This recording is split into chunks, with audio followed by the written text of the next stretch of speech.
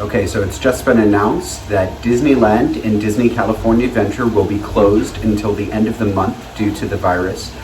So earlier today, I actually went to Universal Studios Hollywood, which likely will follow suit. The announcement might come as I'm announcing this video, to check out what they are doing to prepare for the coronavirus, what kind of sanitizing stations they have around the park. As well as a brief construction update. I did do a construction update a couple days ago on Secret Life of Pets. So this one is on a brand new eatery that will be opening in just a couple weeks, and some other construction updates throughout the park. Good morning from the Curious Storage parking structure. Are you guys having a tramtastic day? I know I am. Today is going to be a very interesting visit.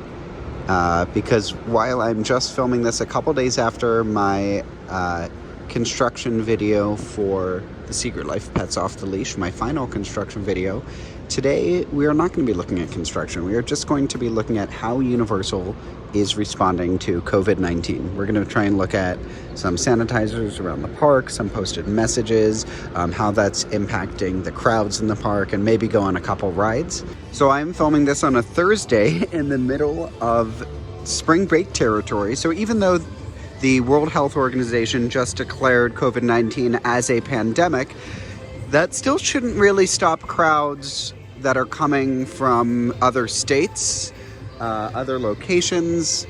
I don't know. So we'll see how crowds are today. Now, last time I came in for park opening, City Walk was a little bit more crowded. So maybe this is the first we're seeing of low crowds. Okay, so coming around looking at security, not seeing anything on this side. They're just opening up that side for now. Interesting. It might be the last time I see this globe in quite a while.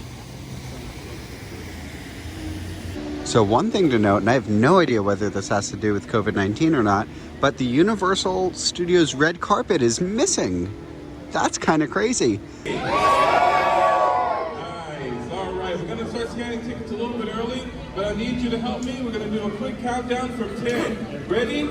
10, 9, 8, 7, 6, 5, 4, 3, 2, 1.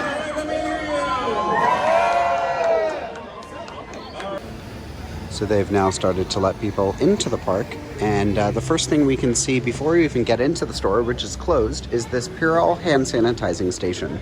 These are all over the parks, and we'll get a better look of them and try and find out where they are in the parks and how you can find them. So they are doing rope drop this morning, which means we won't be able to get into the park for about 30 minutes. Now, I don't know if this is just me, but next to Illumination, there is this store front window that has Secret Life of Pets, and this is the same building of the attraction.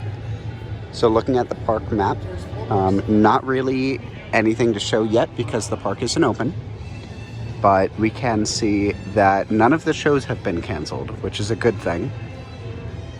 You don't normally see this street this empty. It's pretty great. So right inside the entrance to Starbucks is a hand sanitizer. This one is permanent, I believe, not temporary for the virus. It also does look like the fountain is running, even though it is in the 50s right now. Another thing that's kind of exciting is seeing the queue for Waterworld completely empty this early in the morning.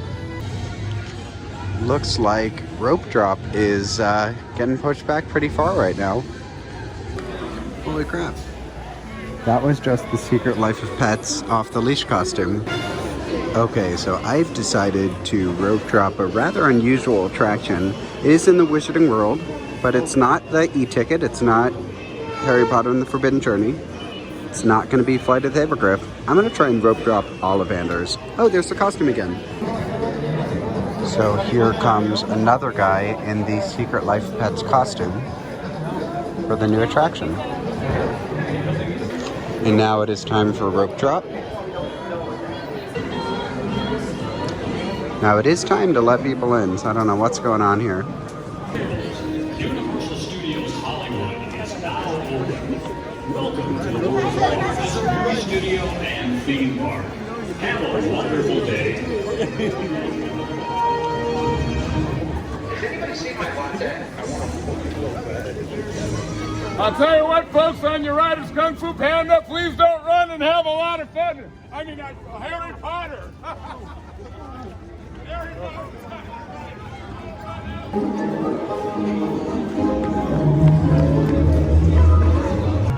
Okay, I guess I'm going in the sun.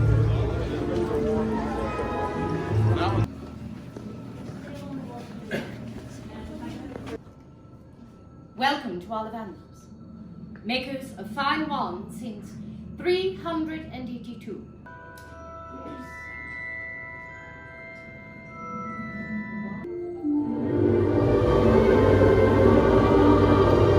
Yes, that it is. Looking over by this butterbeer cart, not many people here because it's super cold.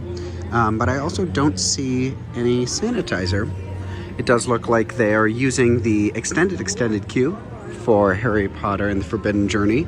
So I don't think I'm gonna ride that today, but I will ride Flight of the Hippogriff. Oh no, it's a 5-minute wait. I don't think I can do that. I said I didn't want to wait 5 minutes and I wanted to do single rider. He said there's no wait.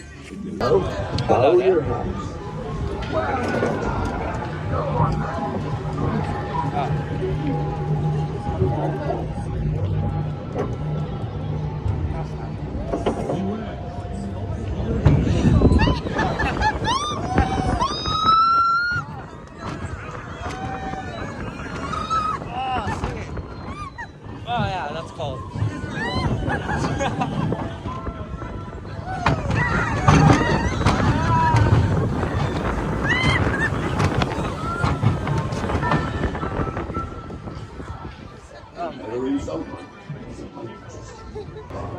I know I said I wouldn't do construction and just because of when this video will be posted, but I think I'm going to because I saw something that is a pretty big change.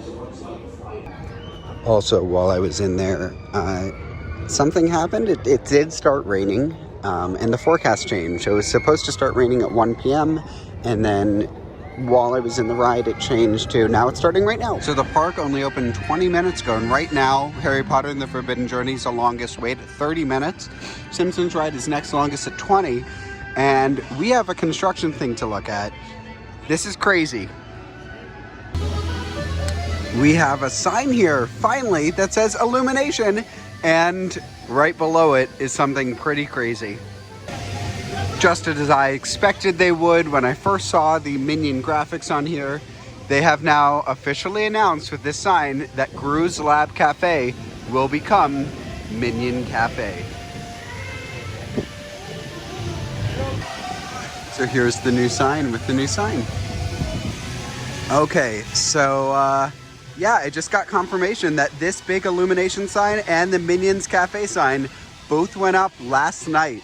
And they have been doing a lot to the inside as well to be able to change it over to this Minion themed restaurant. But things look incredible. They are just killing it here. And it's all to match the new attraction, which is opening for pass holders this weekend.